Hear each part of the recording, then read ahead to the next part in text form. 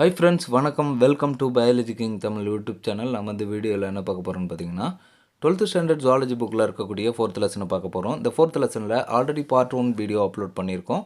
அதோட தொடர்ச்சி தான் நம்ம இந்த வீடியோவில் பார்க்க போகிறோம். இந்த லெசனோட நேம் என்னென்னு பார்த்தீங்கன்னா, மரபு கடத்தல் கொள்கைகள் மற்றும் மாறுபாடுகள், அதாவது principal of inheritance and variation.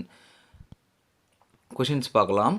பெண் உயிரிகள் வேறுபட்ட இணைச்சல்களை உற்பத்தி செய்கின்றன, ஆண் உயிரிகள் ஒத்த இணைச்சல்களை உற்பத்தி செய்கின்றன. இதற்கு என்ன பெயர் அப்படின்னு பார்த்தோம்னா, வேறுபட்ட இணைச்சல் பெண், அதாவது ஹெட்ரோகேமெட்டிக் ஃபீமேல். அதாவது ஹியூமனில் எப்படி காணப்படுகிறது அப்படின்னு பார்த்தோம்னா, ஹெட்ரோகேமெட்டிக் மேல் காணப்படுக்கும். அதாவது பார்த்தோன்னா, மேலில் வந்து பார்த்தோன்னா XY குரோமோசோமும் ஃபீமேலுக்கு XX குரோமோசோமும் இருக்கும். ஆனால் இதில் வந்து பார்த்தோன்னா, இந்த பண்பில் பார்த்தோன்னா மாறுபட்டு காணப்படும். இதோட எக்ஸாம்பிள் மட்டும் கீழே கொடுத்துருக்கேன். ZO என்பது பார்த்தோன்னா பெண்களுக்கும், ZZ என்பது ஆண்களுக்கு உண்டான இது குரோமோசோம் ஸ்ட்ரக்சர். இந்த எதில் பார்த்தோன்னா அந்திப்பூச்சிகள், வண்ணத்துப்பூச்சி மற்றும் வீட்டு கோழிகளில் இந்த குரோமோசோம் ஸ்ட்ரக்சர் காணப்படுகிறது. ZW ZZ என்பது வந்து பார்த்தோன்னா ஜிப்சி அந்துப்பூச்சி, மீன்கள், ஊர்வன, பறவைகள் போன்றவற்றில் இந்த குரோமோசோம் ஸ்ட்ரக்சர் காணப்படுகிறது. பால் குரோமோசோம்கள், அதாவது செக்ஸ் குரோமோசோம் எவ்வாறு அழைக்கப்படுகிறது அப்படின்னு பார்த்தோம்னா, அல்லோசோம்கள் என்று அழைக்கப்படுகிறது, அதாவது அல்லோசோம்ஸ். மனிதனில் மொத்தம் எத்தனை குரோமோசோம்கள் உள்ளன அப்படின்னு பார்த்தோம்னா 23 இணை குரோமோசோம்கள், அதாவது 23 pairs. பெண்களில் என்ன பால் குரோமோசோம்கள், அதாவது செக்ஸ் குரோமோசோம்கள் உள்ளன அப்படின்னு பார்த்தோம்னா XX குரோமோசோம்கள். ஆண்களில் என்ன பால் குரோமோசோம்கள் உள்ளன, அதாவது செக்ஸ் குரோமோசோம்கள் உள்ளன அப்படின்னு பார்த்தோம்னா XY குரோமோசோம்கள். பால் நிர்ணய, அதாவது செக்ஸ் டிட்டர்மினேஷன் மரபணு பகுதி எந்த குரோமோசோமில் காணப்படுவது இல்லை அப்படின்னு பார்த்தோம்னா X குரோமோசோமில் காணப்படுவது இல்லை. எந்த குரோமோசோமில் இருக்குது அப்படின்னு பார்த்தோம்னா Y குரோமோசோமில் காணப்படுகிறது.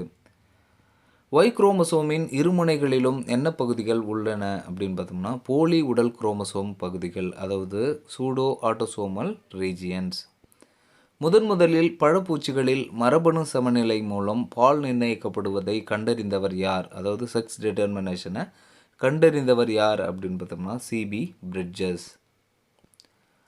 பழப்பூச்சியில் ஆண்களில் ஆண் தன்மைக்கான மரபணுக்கள் எதில் உள்ளது அப்படின்னு பார்த்தோம்னா உடல் குரோமோசோம்களில் உள்ளது, அதாவது ஆட்டோசோம்ஸில் உள்ளது.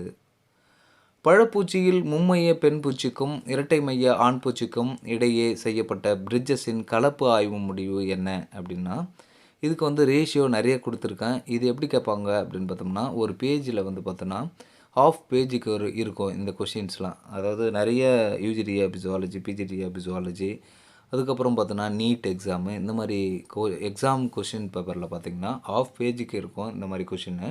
இதோட ரேஷியோ என்ன அப்படின்னு கேட்பாங்க. அதாவது இந்த கொஷினை கொடுத்துட்டு 1.0 இருந்தால் என்னவா இருக்கும், அதாவது இந்த கலப்பு ஆய்வு முடிவில் 1.0 ரேஷியோ இருந்தால் என்னவா இருக்கும் அப்படின்னு பார்த்தோம்னா பெண்ணாக இருக்கும்.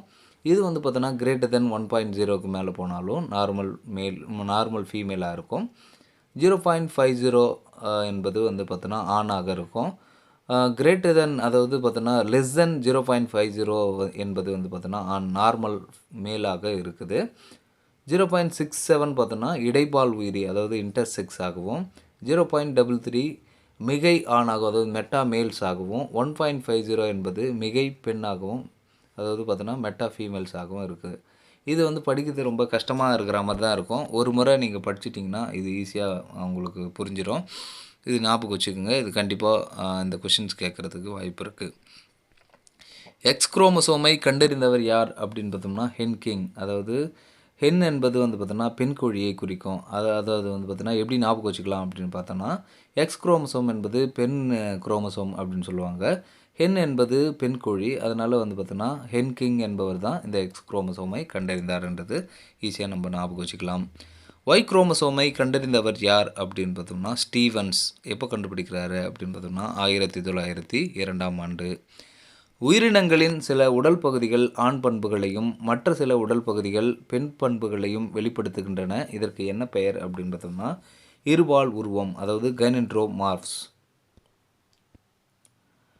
பெண் பூனையின் நரம்பு செல்லில் ஒரு அடர்த்தியான உறுப்பை கண்டறிந்து அதனை பால் குரோமேட்டின் என அழைத்தவர்கள் யார் அப்படின்னு பார்த்தோம்னா பார் மற்றும் பெட்ரம் 1949. பால் குரோமேட்டின் எவ்வாறு அழைக்கப்படுகிறது அப்படின்னு பார்த்தோம்னா பார் உறுப்புகள் என்று அழைக்கப்படுகிறது. அதாவது பார் பாடிஸ். ஏன்னு பார்த்தோம்னா பார் என்பவர் கண்டுபிடித்ததுனால இது பார் பாடிஸ் என்று அழைக்கப்படுகிறது. செயலற்ற குரோமோசோமே பார் உடல்களாக அதாவது பார் பாடியாக உள்ளன என முன்மொழிந்தவர் யார் அப்படின்னு பார்த்தோம்னா மேரி லியோன். பூச்சிகளான தேனீக்கள், எறும்புகள் மற்றும் குளவிகள் எந்த வகையை சார்ந்தது அப்படின்னு பார்த்தோம்னா ஹேமனாப்டிரா வகையை சார்ந்தது. தேனீக்கள், எறும்புகள் மற்றும் குளவிகளில் பால் நிர்ணயம் எந்த முறையில் நடைபெறுகிறது அப்படின்னு பார்த்தோம்னா ஒற்றை மைய, இரட்டை மைய முறையில், அதாவது ஹேப்ளோடிப்ளாய்டி மெக்கானிசத்தில் நடைபெறுகிறது. இதுக்கு என்ன ரீசன்றதை நெக்ஸ்ட் கொஷனில் நம்ம பார்க்கலாம். தேனீக்களில் கருவுற்ற முட்டைகளில் இருந்து எந்த உயிரிகள் வளர்ச்சி அடைகின்றன அப்படின்னு பார்த்தோம்னா ராணி தேனீ மற்றும் வேலைக்கார தேனீ, அதாவது குயின் மற்றும் ஒர்க்கர் பீ. கருவுறாத முட்டைகளில் கன்னி இனப்பெருக்க முறையில் வளர்ச்சி அடைவது எந்த உயிரி அப்படின்னு பார்த்தோம்னா ஆண் தேனீ, அதாவது ட்ரோன். தேனீக்களில் பால் நிர்ணயம் ஒற்றை மைய, இரட்டை மைய பால் நிர்ணயம் என அழைக்கப்படுவது ஏன் அப்படின்னு பார்த்தோம்னா இது லாஸ்ட் கொஷனில் நம்ம பார்த்தோம். அதுக்கு உண்டான ரீசன் தான் இது. ஆண் தேனீக்களில் குரோமோசோம் ஒற்றை மையமாகவும் பெண் தேனீக்களில் இரட்டை மையமாகவும் உள்ளதால் தான் இது பார்த்தோன்னா ஹேப்ளோடிப்ளாய்டி செக்ஸ் டிட்டர்மினேஷன் என்று அழைக்கப்படுகிறது. ஒய் குரோமோசோமின் வெவ்வேறு பகுதிகளில் காணப்படும் ஒய் சார்ந்த மரபணுக்கள் எவ்வாறு அழைக்கப்படுகிறது அப்படின்னு பார்த்தோம்னா ஹோலண்ட்ரிக் ஜீன்கள் என்று அழைக்கப்படுகிறது. ஆண்கள் டேஷ் தன்மை கொண்டவர்களாக இருப்பதால் ஒரு திடீர் மாற்ற அல்லீல் அடுத்த தலைமுறைக்கு கடத்தப்படும் போது அதற்கான பண்பை வெளிப்படுத்துகின்றது என்பது எதுக்காகன்னு பார்த்தீங்கன்னா ஹெமிசைகஸ் என்ற தன்மை கொண்டவர்களாக இருப்பதால் தான். ஒய் சார்ந்த மரபணுக்களுக்கு இணையான அல்லீல்கள் எக்ஸ் குரோமோசோமில் உள்ளதா அப்படின்னு பார்த்தோம்னா இல்லை.